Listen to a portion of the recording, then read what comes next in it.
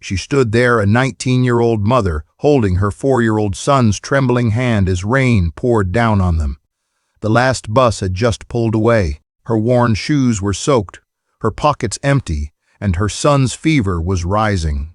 She didn't know that the man standing silently beside her, also drenched in rain, was watching, and about to change everything. But first, he needed to understand her story. What he discovered that rainy evening would shake him to his core and prove that sometimes the people we overlook are the ones who deserve the most. Sarah Mitchell was only 19 years old, but she carried the weight of someone who had lived twice as long. Her hands trembled, not from the cold November rain that soaked through her thin jacket, but from the fear that gripped her heart as she looked down at her son, Daniel. "Mama, I'm cold," the 4-year-old whispered, his small body shivering beneath the threadbare blanket she'd wrapped around him that morning. Sarah pulled him closer, her own teeth chattering. "I know, baby. We'll be home soon." But that was a lie, and she knew it. The last bus of the evening had just pulled away from the stop, its red tail lights disappearing into the curtain of rain. She had missed it by less than 30 seconds that felt like a lifetime when you had nowhere to go and a sick child depending on you. She glanced at her watch. 7:45. The next bus wouldn't come until morning. The shelter was 4 miles away, and Daniel's fever had been climbing all day. She'd spent her last $12 on children's medicine at the pharmacy, leaving nothing for a taxi, nothing for food, nothing for the emergencies that seemed to find her every single day.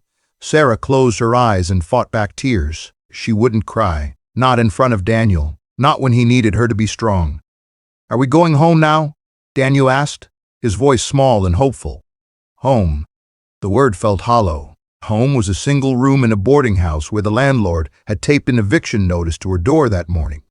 3 weeks behind on rent, she had begged for more time, promised she'd have the money by Friday when she got paid from her cleaning job. But Mrs. Chen had heard it all before. "Soon, sweetheart," Sarah whispered, smoothing his damp hair away from his feverish forehead. She became aware of someone else at the bus stop. A man stood several feet away, partially hidden beneath the shelter's inadequate roof. He was tall, dressed in an expensive-looking coat that probably cost more than she made in 3 months. He held a leather briefcase and was looking down at his phone, seemingly unbothered by the rain or the late hour. Sarah turned away, instinctively pulling Daniel closer. She had learned early that wealthy people rarely noticed people like her, and when they did, it was usually with judgment in their eyes. She'd seen it countless times, the way they looked at young mothers, especially young mothers who were alone, struggling, barely surviving. They made assumptions. They whispered. They rarely helped. The man glanced up from his phone, and for a brief moment their eyes met. Sarah quickly looked away, focusing instead on Daniel, checking his temperature with the back of her hand against his forehead. "Still hot, too hot. Mama, my tummy hurts," Daniel whimpered. "I know, baby. The medicine will help soon." But would it? She'd given him the dose an hour ago, and he seemed to be getting worse, not better. A cold knot to fear tightened in her stomach. What if this was more than just a cold? What if he needed a doctor? The emergency room would treat him, but the bills would bury her deeper than she already was. The rain intensified, drumming harder against the thin metal roof of the bus shelter. Water began pooling at their feet, and Sarah shifted, trying to keep Daniel's worn sneakers out of the growing puddle. His shoes had holes in them. She'd noticed this morning but hadn't had time to do anything about it. There was never enough time, never enough money, never enough of anything. "Excuse me," a deep voice said. Sarah's head jerked up. The man had moved closer, his expression unreadable in the dim light of the single street lamp. "Yes," she answered cautiously, instinctively stepping back. He hesitated, seeming to choose his words carefully. "The last bus is gone. Do you have another way home?" His voice was kind, concerned even, but Sarah had learned to be wary of strangers, especially wealthy strangers who took sudden interest in her situation. "We're fine," she said quickly, her voice firmer than she felt. "Someone's coming to pick us up." Another lie. But what choice did she have? She couldn't accept help from a stranger. She couldn't trust anyone. Not anymore. Not after everything she'd been through. The man nodded slowly, but something in his eyes suggested he didn't believe her. He returned to his spot under the shelter, but Sarah could feel him watching, could sense his presence like a weight in the air. Daniel coughed a deep, rattling sound that made Sarah's heart clench with worry. She knelt down, ignoring the cold water seeping through her jeans, and looked into her son's flushed face. "Hang on, baby," she whispered. "Just hang on." Michael Crawford had built an empire by the age of 28. Crawford Industries was a name that commanded respect in boardrooms across the country. He'd made his first million at 23, his 10th million by 26, and now, at 28, he was worth more money than he could spend in 3 lifetimes. But standing in that bus shelter, watching a teenage mother struggle to comfort her sick child, all of his wealth felt meaningless. He'd been on his way home from a late meeting when his driver had called a family emergency. Could they reschedule? Michael had told him not to worry, that he'd take the bus or call another car. He'd chosen the bus on a whim, curious about how regular people lived, how they traveled, what their daily struggles looked like. Now he knew, and the knowledge sat heavy in his chest. The girl couldn't have been more than 19 or 20. Her clothes were worn but clean, her face young but marked by exhaustion that no teenager should carry. And the boy, couldn't have been more than 4, and he was clearly unwell. Michael had offered help, but she'd refused. Pride, probably. Or fear.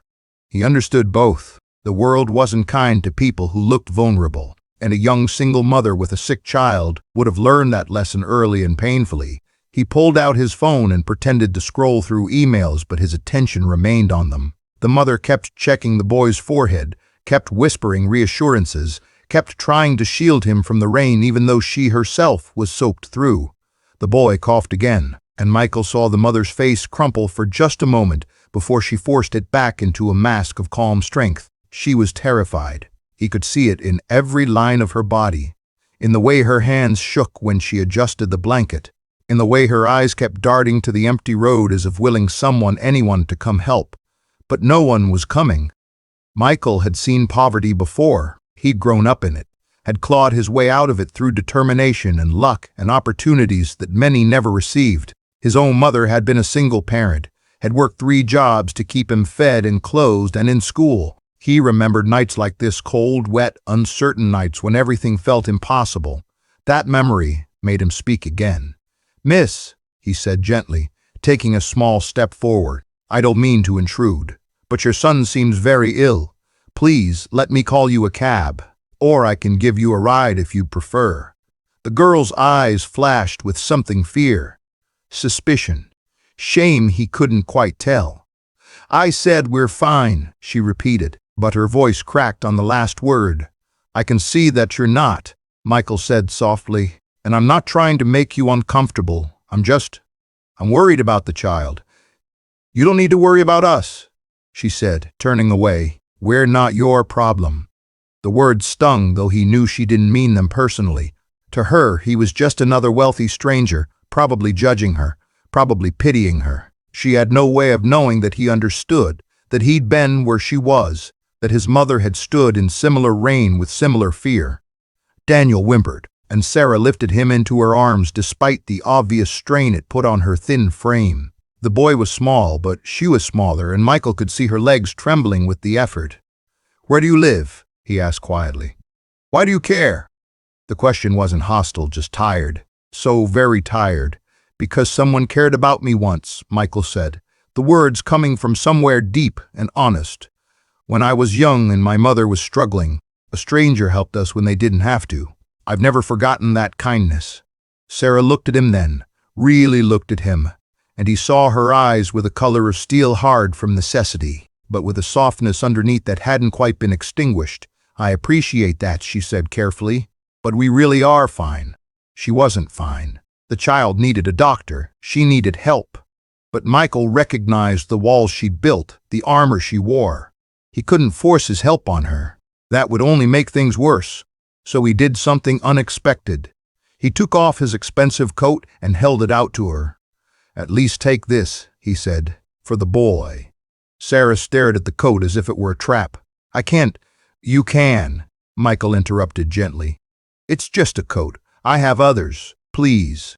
For a long moment she didn't move. Then slowly she reached out and took it, immediately wrapping it around Daniel's shivering form. The coat was far too large, but it was warm and dry, and the boy sighed in relief. "Thank you," Sarah whispered, and he heard her voice break. "You're welcome." Michael stepped back, giving her space. "I'm Michael, by the way." She hesitated. "Sarah." "It's nice to meet you, Sarah." He glanced at the rain, then at his watch. "The next bus won't come until morning." "I know. And you're planning to wait here all night? In this weather? With a sick child?" Her silence was answer enough. Michael made a decision. "There's a 24-hour diner 2 blocks from here. Warm, dry, they won't bother you for sitting. Let me at least walk you there, please." The diner was called Mel's, and it looked like it had been standing on that corner since the 1950s. The neon sign buzzed and flickered, casting pink and blue light across the rain-slick sidewalk. Through the foggy windows, Sarah could see the warm yellow glow of the interior, and despite all her reservations about accepting help from this stranger, the promise of warmth was too much to resist. Michael held the door open as she carried Daniel inside. The blast of heated air hit her face, and she nearly cried from the relief of it. Her fingers were numb, her feet were soaked, and every part of her body ached from cold and exhaustion and fear. "Anywhere you like, honey," called an older waitress from behind the counter. She had kind eyes and gray hair pulled back in a bun. Sarah chose a booth near the back, away from the windows, away from prying eyes. She slid in and settled Daniel beside her, keeping him wrapped in Michael's coat. The boy's breathing was raspy, but he seemed calmer now, less restless. Michael sat across from them, and moments later, the waitress appeared with 2 menus and a warm smile. "Coffee?" she asked. "Please," Michael said, "and hot chocolate for the boy, if you have it, plus some soup, whatever you have that's warm and easy on the stomach." The waitress glanced at Daniel, and Sarah saw a recognition flash in her eyes, the look of someone who'd raised children, who knew what a sick child looked like. "I'll bring some crackers too," she said gently, "and some tea with honey for Mama here. You look like you could use it." Sarah's throat tightened. Kindness, she'd learned, was sometimes harder to bear than cruelty. When the waitress left, an awkward silence settled over the table. Sarah focused on Daniel, adjusting the coat around him, checking his forehead again. Still warm, but maybe not quite as hot as before. Or maybe that was just wishful thinking. "How old is he?" Michael asked quietly. 4. Sarah's voice was barely above a whisper. "His birthday was last month. And his father—" The question made her jaw tighten. "Not in the picture." Michael nodded, not pressing. "My father wasn't either. It was just me and my mom." Sarah looked up at him then, surprised. He didn't look like someone who'd grown up without a father, who'd known struggle. He looked like money, like privilege, like someone who'd never missed a meal or worried about keeping the lights on. "Hard to believe," she said, unable to keep the skepticism out of her voice. Michael smiled, but it was sad around the edges. "My mother cleaned houses. She worked from 5 in the morning until 10 at night sometimes. I didn't see her much, but she made sure I had everything I needed. She made sure I went to school, did my homework, stayed out of trouble. She sounds like a good mother. The best." Michael's voice softened. "She died 3 years ago. Cancer. I'm sorry. Thank you." He was quiet for a moment, then added, "She would have liked you. She always said the strongest people were the ones who kept going when they had every reason to quit." The waitress returned with steaming mugs and a bowl of chicken noodle soup. The smell alone made Sarah's stomach clench with hunger. She hadn't eaten since morning, had given Daniel her lunch, and told him she'd already eaten. "Go ahead," Michael said, pushing the soup toward her. "I ordered for both of us." "I can't pay for this," Sarah said quietly, the shame burning in her cheeks. "I'm not asking you to." Michael's voice was firm but kind. "Please, eat.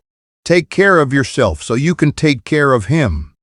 Sarah wanted to refuse, wanted to maintain her pride, her independence, but she was so tired, so hungry, and Daniel needed her to be strong. She couldn't be strong on an empty stomach.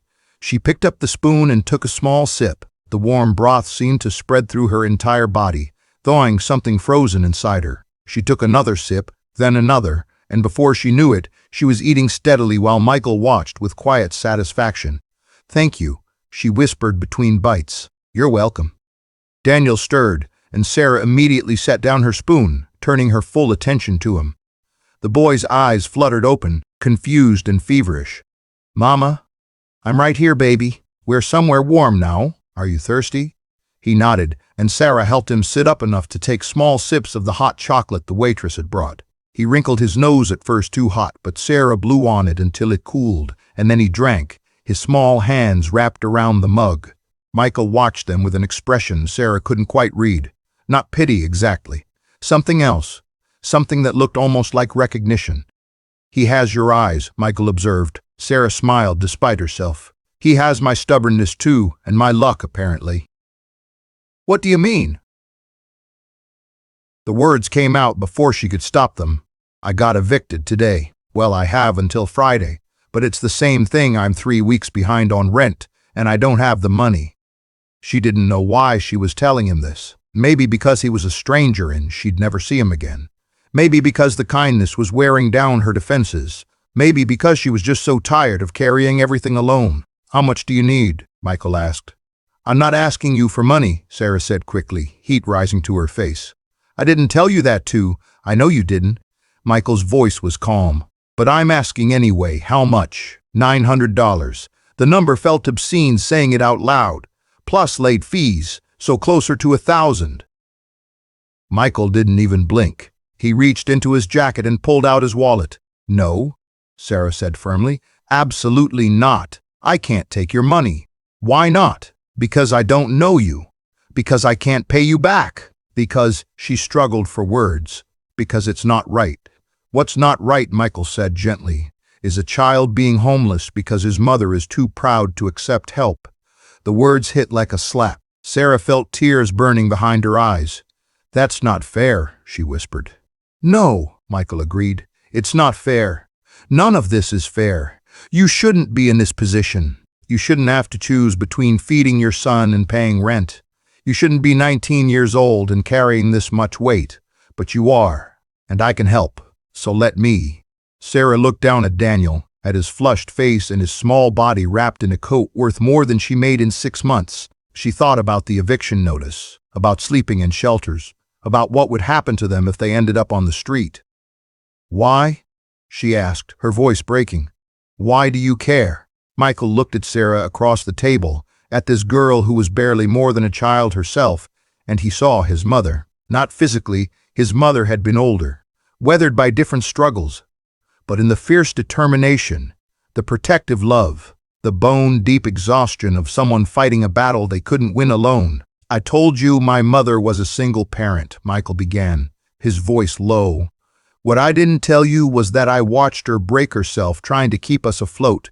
She worked herself to death, literally. By the time she was 45, her body was worn out. The cancer just finished what poverty had started." Sarah listened, her eyes fixed on his face. "When I was 7, Michael continued, we were evicted from our apartment. My mom was between jobs and we fell behind on rent. The landlord gave us 3 days. 3 days to pack up our entire life and find somewhere to go." He paused, the memory still sharp after all these years. "We ended up in a shelter. 9 months we lived there. My mom would wake up at 4 in the morning to get ready for job interviews, would come back at night smelling like other people's houses, other people's food. She cleaned for people who didn't even know her name, people who looked right through her like she was invisible." "I'm sorry," Sarah whispered. "One day," Michael went on, "we were at a bus stop, winter. My mom's coat had a broken zipper, and I had a fever. She was holding me, trying to keep me warm, when this woman stopped. She was dressed in expensive clothes, had a nice car parked at the curb. My mother thought she was going to tell us to move along, to stop loitering." Michael smiled at the memory. Instead, she asked if we needed help. My mother said, "No, exactly like you did tonight. Too proud, too afraid, too used to being disappointed. But this woman, she didn't give up. She took us to a clinic, paid for my medicine, gave my mother money for groceries, and told her about a job opening at a company she owned." "Your mother took the job?" "Eventually. She was suspicious at first, thought there had to be a catch, but there wasn't. The woman, her name was Eleanor. She just believed in helping people. She said she'd been poor once too. Said she remembered what it felt like to be invisible. Michael's voice grew thick with emotion. That job changed our lives. My mother worked her way up from receptionist to office manager. The pay was enough to get us out of the shelter into a real apartment. Eleanor became my mother's friend. When my mom got sick, Eleanor paid for the hospital bills. And when my mom died, she made sure I had what I needed to finish building my company. Tears were streaming down Sarah's face now, silent and unchecked. I care, Michael said softly, answering her earlier question, because someone cared about us when we needed it most. Because Eleanor taught me that wealth means nothing if you don't use it to help people. Because when I look at you and your son, I see my mother and myself, and I can't walk away. I won't. Sarah covered her face with her hands, her shoulders shaking. Years of held-back tears, held-back fear, held-back everything came pouring out in that warm diner booth, while her son slept beside her and a stranger-turned angel sat across from her. I'm so scared, she sobbed. I'm so tired of being scared. I know. Michael's voice was gentle. But you don't have to be scared tonight. Tonight, let someone help. Tomorrow, you can go back to being strong. But tonight, just rest. The waitress appeared, took one look at Sarah's tears, and quietly set down a box of tissues before disappearing again. The kindness of it made Sarah cry harder. When she finally composed herself enough to speak, she looked at Michael with red-rimmed eyes. I don't know how to thank you. You don't need to thank me. Just promise me something. What? Promise me that when you're on your feet again and you'll help someone else. Pass it forward. That's all Eleanor ever asked of me, and it's all I ask of you. Sarah nodded, unable to speak around the lump in her throat. Michael pulled out his wallet again, this time removing a business card along with a stack of bills. Here's enough for your rent and some extra for groceries and whatever else you need. And this is my card. On the back, I'm going to write down the name and number of someone who works for me. She runs our community outreach program. Call her Monday morning. Why? Sarah asked, her voice barely audible. Because I'm going to make sure you have a job. A real job with benefits and steady pay. Nothing charity, you'll earn every penny. But it'll be enough to take care of yourself and Daniel. I don't have any experience. You're 19 years old and keeping a child alive on your own. That tells me you're resourceful, determined, and capable. That's all the experience I need. Sarah looked down at the money in her hands. More money than she'd seen in months. Enough to fix everything, at least for now. I can't believe this is real, she whispered. It's real. Michael's smile was warm. And you deserve it. You and Daniel both deserve better than what life's given you so far. Daniel stirred again, this time waking more fully. He looked around the diner with wide, feverish eyes, then up at his mother. Mama, where are we? Somewhere safe, baby. We met a kind man who helped us. Daniel turned his gaze to Michael, studying him with the serious expression only children can manage. Are you an angel? Michael laughed, a real, genuine laugh that transformed his serious face. No, buddy. Just a person who wanted to help. My mama says angels are just people who help when you need them most, Daniel said matter-of-factly. Michael's eyes met Sarah's over the boy's head. Then I guess maybe I am. Monday morning arrived with unexpected sunshine. Sarah stood outside Mrs. Chen's office, her hand gripping the money order that would cover her rent and late fees. Daniel was at daycare, a safe, warm place she'd enrolled him in over the weekend, using part of the money Michael had given her. Her heart hammered as she knocked on the door. Come in, Mrs. Chen's voice called. Sarah entered, trying to project more confidence than she felt. Mrs. Chen looked up from her desk, surprise flickering across her face. Miss Mitchell, I wasn't expecting you.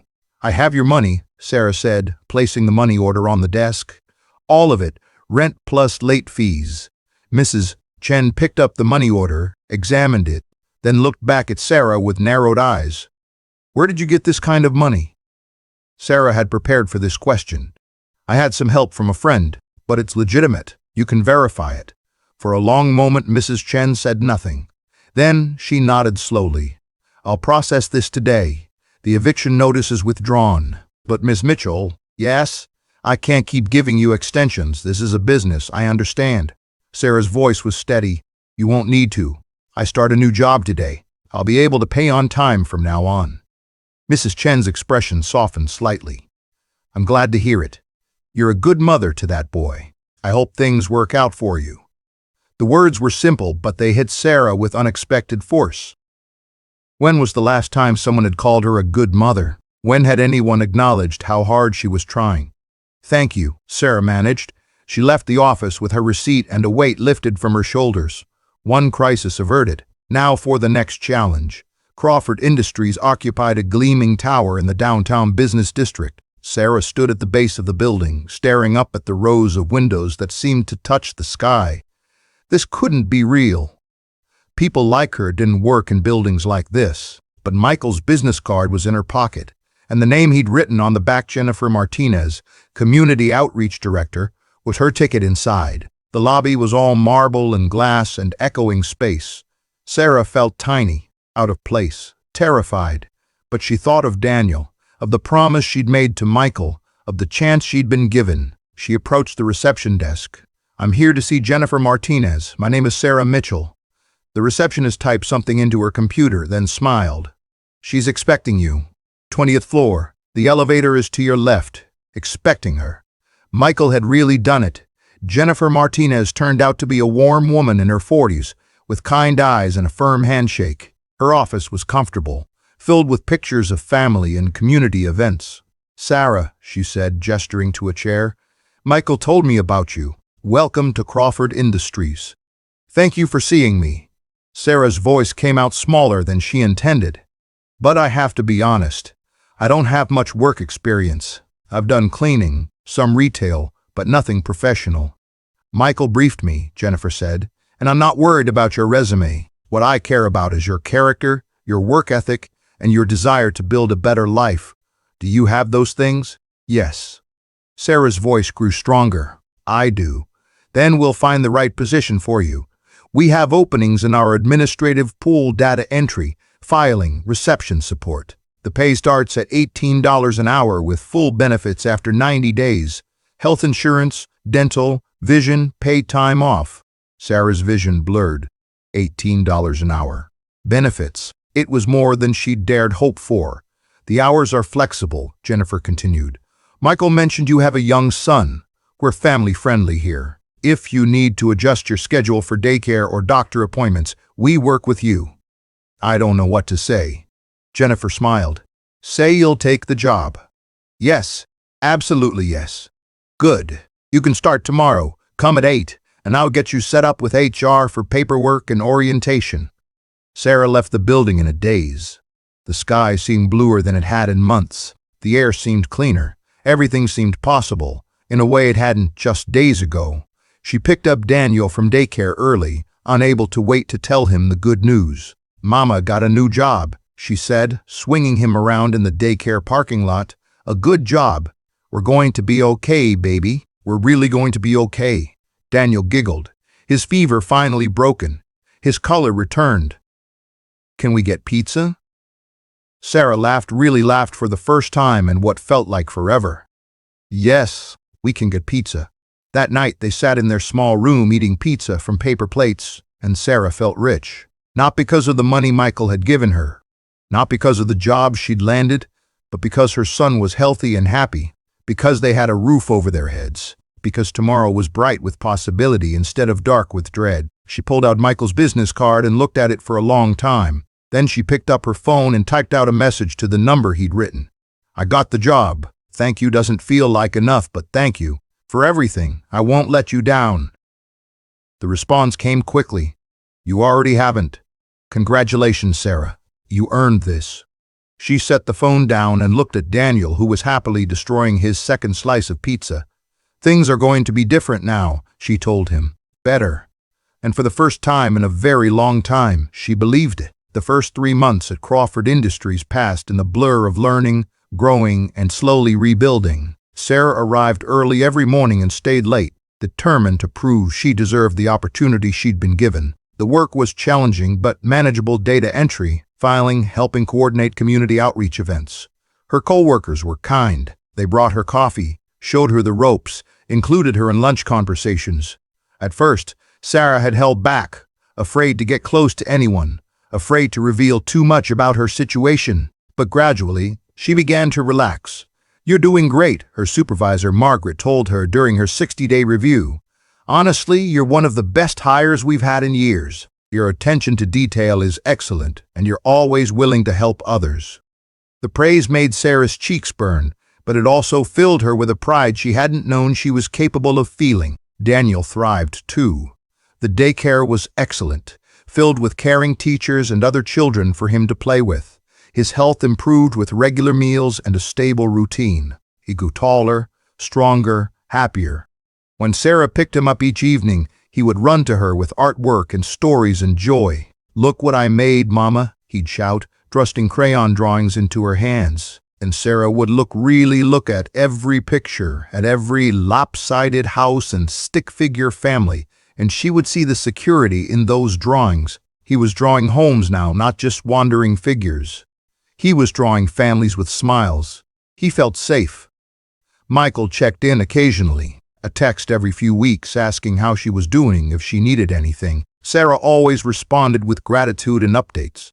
Daniel's progress in daycare, her growing confidence at work, the small victories that meant everything. "You should come to the office Christmas party," one message read in December. "Families are welcome. Daniel would love it."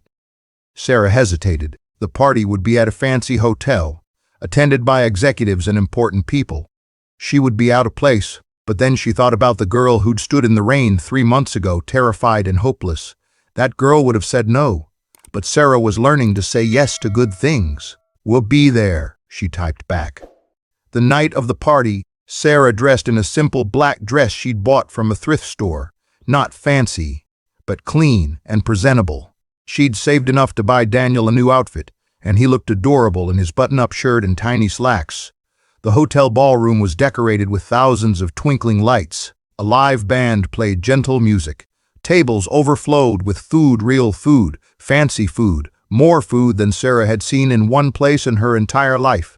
"Wow," Daniel breathed, his eyes wide. "Yeah," Sarah agreed. "Wow."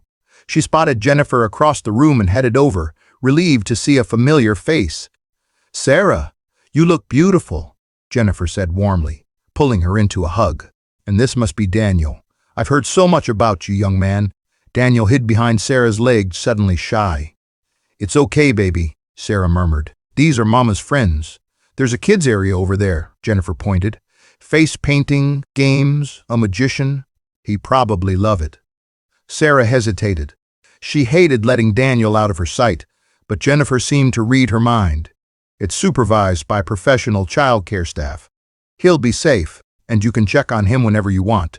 Sarah knelt down to Daniel's level. "Want to go play some games?" He nodded eagerly, and Sarah walked him over, staying until he was happily engaged with a group of other children before returning to the adult area. "Sarah?" She turned at the familiar voice. Michael stood there in a sharp suit, looking every bit the successful CEO, but his smile was warm and genuine. "Michael, hi. I'm glad you came." He gestured to the room. "What do you think?" "It's incredible." Daniel's eyes nearly fell out of his head. Michael laughed. "Good. That's the point. Everyone deserves a little magic during the holidays." He paused. "How are you, really?" Sarah considered the question. How was she? 3 months ago, she'd been on the edge of homelessness. Now she had a job, stability, hope. "I'm good," she said, and meant it. "Better than I've been in a long time." "I'm glad." Michael's expression grew serious. "Listen, I wanted to talk to you about something. Jennifer tells me you've been exceptional at work. Your supervisor raves about you." Sarah blushed. "I'm just trying to do my best." "You're doing more than your best, you're excelling." He paused. "We have an opening coming up in our community outreach department. It's a step up, more responsibility, better pay, more direct work, helping people. Jennifer thinks you'd be perfect for it." "Me?" Sarah's voice came out as a squeak. "But I've only been here 3 months. And in those 3 months, you've proven yourself. More importantly, you understand what it's like to need help. That empathy, that experience, it's valuable. People trust someone who's been where they are." Sarah's mind raced. More money would mean more security for Daniel, a chance to truly save, to build a future. But could she really do it? I don't have a degree, she said quietly. We'll help you get one. Crawford Industries has a tuition assistance program. You can take classes online while you work. It'll be hard, but I think you can handle hard. You've been handling hard your whole life. Tears pricked Sarah's eyes. Why do you keep doing this? Keep believing in me? Michael's expression softened. Because someone believed in me. And because you remind me that good people sometimes just need a chance. You're not asking for a handout, Sarah. You're willing to work, to fight, to build something better. All I'm doing is opening doors. You're the one walking through them. 2 years passed. 2 years of growth, learning, and transformation. Sarah was now 21 years old, but she felt decades older in the best possible way. She'd earned her associate's degree in social work through Crawford Industries' tuition program, studying late into the night after Daniel went to sleep. She'd been promoted twice and now ran a key part of the community outreach department, helping connect struggling families with resources, food assistance, housing support, job training. Daniel was 6 and thriving in 1st grade. He read above his level, had friends, played soccer on weekends. He remembered the hard times only in fragments now, and Sarah was grateful for his young memory's mercy. Their apartment was bigger now, in a better neighborhood. Sarah had saved enough for a used car, nothing fancy, but reliable transportation that meant they were no longer at the mercy of bus schedules. She'd built a small emergency fund, could afford to take Daniel to the movies occasionally, could buy him new school clothes instead of thrift store hand-me-downs. But success hadn't made her forget where she'd come from. One evening in late November, Sarah was driving home from work when she saw them, a young woman, maybe 17 or 18, huddled in a doorway with a small child. The girl's eyes had the same haunted, exhausted look Sarah remembered from her own reflection 2 years ago. Sarah pulled over without thinking. "Excuse me," she called, approaching carefully so as not to frighten them. "Are you okay? Do you need help?" The girl looked up, suspicion and fear warring in her expression. "We're fine." The words were so familiar Sarah almost smiled. "I used to say that too, when I wasn't fine at all." Something in her tone made the girl's defenses crack slightly. We missed our bus." "Where are you trying to get to?" The girl hesitated. "The shelter on Oak Street. That's 4 miles from here." Sarah glanced at the sky, dark clouds gathering, rain coming. "Let me give you a ride." "I don't know you." "I know, and that's smart. But I'm not a threat. I'm just someone who's been where you are." Sarah pulled out her Crawford Industries ID badge. "I work in community outreach. Helping people is literally my job." The girl studied the badge, then Sarah's face. Whatever she saw there must have reassured her because she nodded slowly. In the car, Sarah learned the girl's name was Emma, and her daughter was 3-year-old Lily. Emma's story was heartbreakingly familiar. Boyfriend left when she got pregnant. Family kicked her out, struggling to survive on minimum wage and no support. "I'm going to lose my apartment," Emma said quietly as they drove. "I can't make rent this month." Sarah's hands tightened on the steering wheel. She knew exactly how that felt. "How much do you need?" she asked. "I'm not asking for money." "I know, but I'm asking anyway." "How much?" Emma named a figure. It wasn't small, but Sarah could afford it. She'd been saving, building her emergency fund. But this felt like what that money was, for emergencies. And this girl was an emergency. "I'll help you with the rent," Sarah said, "but I'm also going to give you something more important." She pulled out one of her business cards and wrote a name on the back, her own name this time, and Jennifer Martinez's. "Come to this office tomorrow. Ask for me or for Jennifer. We're going to get you set up with resources, job training, child care assistance, food support, and if you're willing to work hard, I can probably find you a position at our company, entry level. But it's a start. It's a chance." Emma stared at the card as if it were made of gold. "Why would you do this?" Sarah smiled, thinking of Michael, of Eleanor, of all the hands that had reached down to pull her up when she was drowning. "Because someone did it for me. Because paying it forward is the only way to honor the help I received. Because you remind me of myself, and I remember how badly I needed someone to believe in me." Tears streamed down Emma's face. "I don't know how to thank you. Thank me by doing the same for someone else when you're on your feet. That's all I ask." Sarah dropped Emma and Lily at the shelter, pressed several bills into Emma's hand for food and necessities, and drove away with a full heart. When she got home, Daniel was already in bed, and Sarah sat down to text Michael, something she did occasionally now, sharing successes, asking advice, maintaining the friendship that had started in the rain. Met a young mother today. Her story was so much like mine. I helped her, gave her money for rent, and set her up with resources through our program. I think she's going to make it. Michael's response came quickly. Eleanor would be proud. I'm proud. You're becoming exactly who you were always meant to be. Sarah looked around her apartment, at the full refrigerator, at Daniel's artwork covering the walls, at the life she'd built from absolute nothing. She thought about Emma, about the chance she'd been given, about all the people she'd be able to help now that she was in a position to help. Michael was right. She had become someone new, not because of the money or the job or the success, but because she'd learned that the true measure of a person wasn't how far they fell, but how they helped others after they'd climbed back up. 3 years after that rainy night at the bus stop, Crawford Industries held its annual Community Impact Awards ceremony. The ballroom was filled with employees, community partners, and families who'd been helped by their outreach programs. Sarah stood backstage, her heart pounding. She'd been asked to speak tonight, to share her story, and despite all her growth and confidence, the thought of standing in front of hundreds of people terrified her. You're going to be great, Jennifer said, squeezing her shoulder. Just speak from the heart. That's all anyone needs to hear. Through the curtain, Sarah could see the audience. Michael sat in the front row, now 31, but still with the same kind eyes that had looked at her with compassion that rainy night. Daniel, now 7, sat beside him, excited to watch his mom speak.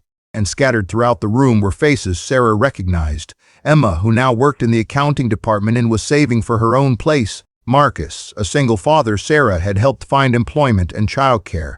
The Rodriguez family, whose medical bills Sarah had helped them navigate. Dozens of people whose lives had been touched by the program, by Crawford Industries, by Sarah herself. The introduction ended, and Sarah walked on stage to warm applause. She stood at the podium and looked out at the sea of faces. 3 years ago, she began, her voice steady despite her nerves. I was 19 years old, homeless and terrified. I was standing at a bus stop in the rain with my 4-year-old son, who had a fever and needed medicine I could barely afford. We'd just been evicted. I had $12 to my name, and I had absolutely no idea how I was going to survive the next day, let alone build a future.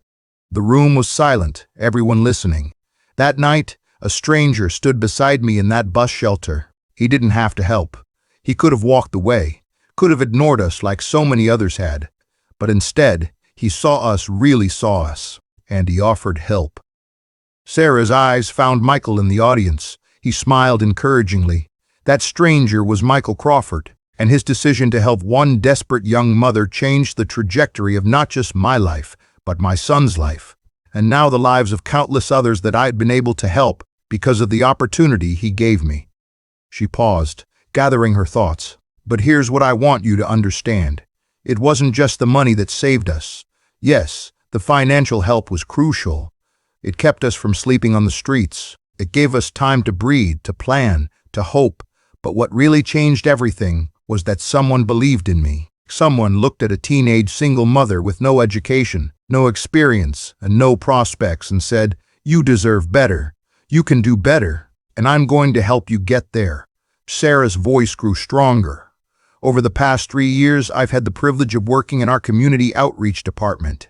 I've met hundreds of people who were exactly where I was, scared, struggling, on the edge of giving up. And every time I meet someone like that, I see my younger self. I remember the fear, the shame, the exhaustion of trying to survive when everything feels impossible. She looked out at the family she'd helped. But I also remember that it's possible to change, that one act of kindness can ripple outward in ways we can't even imagine. Because I'm not the only person Michael helped that night. By helping me, he helped Daniel. My son has opportunities I never dreamed of because we had stability. By helping me, Michael helped Emma, who I was able to assist because I'd been given the tools to help others. By helping me, he helped the Rodriguez family and Marcus and everyone else I've been able to reach because I was given a chance. Tears were streaming down several faces in the audience, including her own. So tonight, I want to say thank you. Thank you to Michael for seeing potential instead of poverty. Thank you to Jennifer for training me and believing in me. Thank you to Crawford Industries for creating a culture where helping people isn't just charity, it's a calling. And thank you to everyone in this room who contributes to making our community better. Sarah took a breath. But I also want to challenge all of us. Every person in this room has the power to be someone's Michael. You don't have to be rich. You don't have to own a company. You just have to see people, really see them, and offer help when you can. Buy someone a meal. Give someone a ride. Make a phone call that connects someone to resources. Believe in someone who stopped believing in themselves. She looked directly at Daniel, who was watching her with pride shining in his young eyes.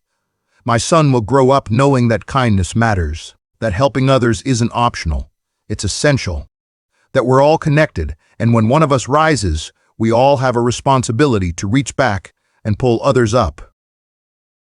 Sarah's voice softened. 3 years ago, I stood in the rain, hopeless and afraid. Tonight, I stand before you as living proof that people can change, that circumstances can improve, and that sometimes all someone needs is for one person to say, I see you, I believe in you, and I'm going to help. She smiled through her tears. So be that person for someone.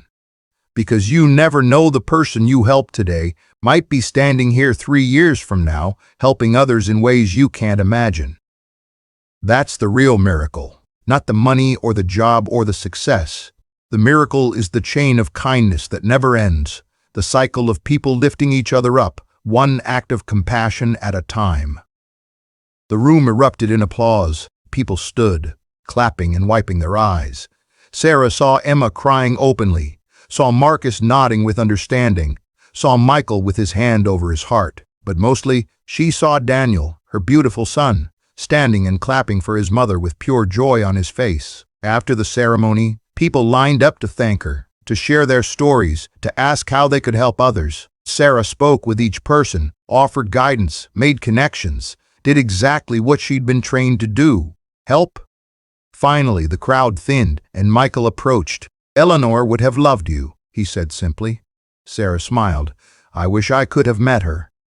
She's here. Michael touched his chest. In the work we do, in the people we help, in you. Thank you, Sarah said. And this time, the words felt like enough. For everything. For seeing me when I was invisible.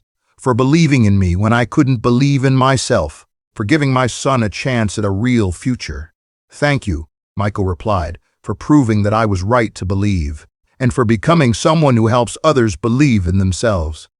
Daniel ran up and threw his arms around Sarah's waist. Mama, you were so good! Everyone was crying. Sarah laughed and lifted him up, even though he was getting big for that. Happy tears, baby. Those are the best kind. That night, after Daniel was asleep, Sarah sat at her kitchen table with a cup of tea and looked at the life she'd built. Not perfect, but good. Stable, full of possibility. She thought about the girl in the rain, about how far she'd come, about all the people who'd helped her along the way, and all the people she'd been able to help in return. And she understood, finally, what Eleanor had known, what Michael had learned, what she was now teaching others, that we're all just people trying to survive, trying to do better, trying to find our way, and the greatest gift we can give each other is to see one another's humanity, to offer help without judgment, to believe in potential even when others see only problems. The rain had stopped years ago. The kindness it had sparked would ripple forward forever, touching lives in ways Sarah would never fully know, creating chains of compassion that would reach far beyond her own story. And that, she thought, as she turned off the light and headed to bed, was the real miracle. Not that she had been saved, but that she could now save others. Not that she had survived, but that her survival had meaning beyond herself. The bus shelter stood empty now, rain-washed and ordinary. But Sarah would never pass it without remembering, without being grateful, without committing herself once again to being for someone else what Michael had been for her. An angel in the rain, a believer in possibilities, a reminder that kindness can change the world, one person at a time. If this story touched your heart, please like this video, share it with someone who needs hope, and subscribe for more inspiring stories about faith, humanity, and the power of kindness. Leave a comment telling us about a time someone helped you or a time you helped someone else. Let's create a community of compassion together. Remember, you might be someone's angel today. Don't miss the opportunity.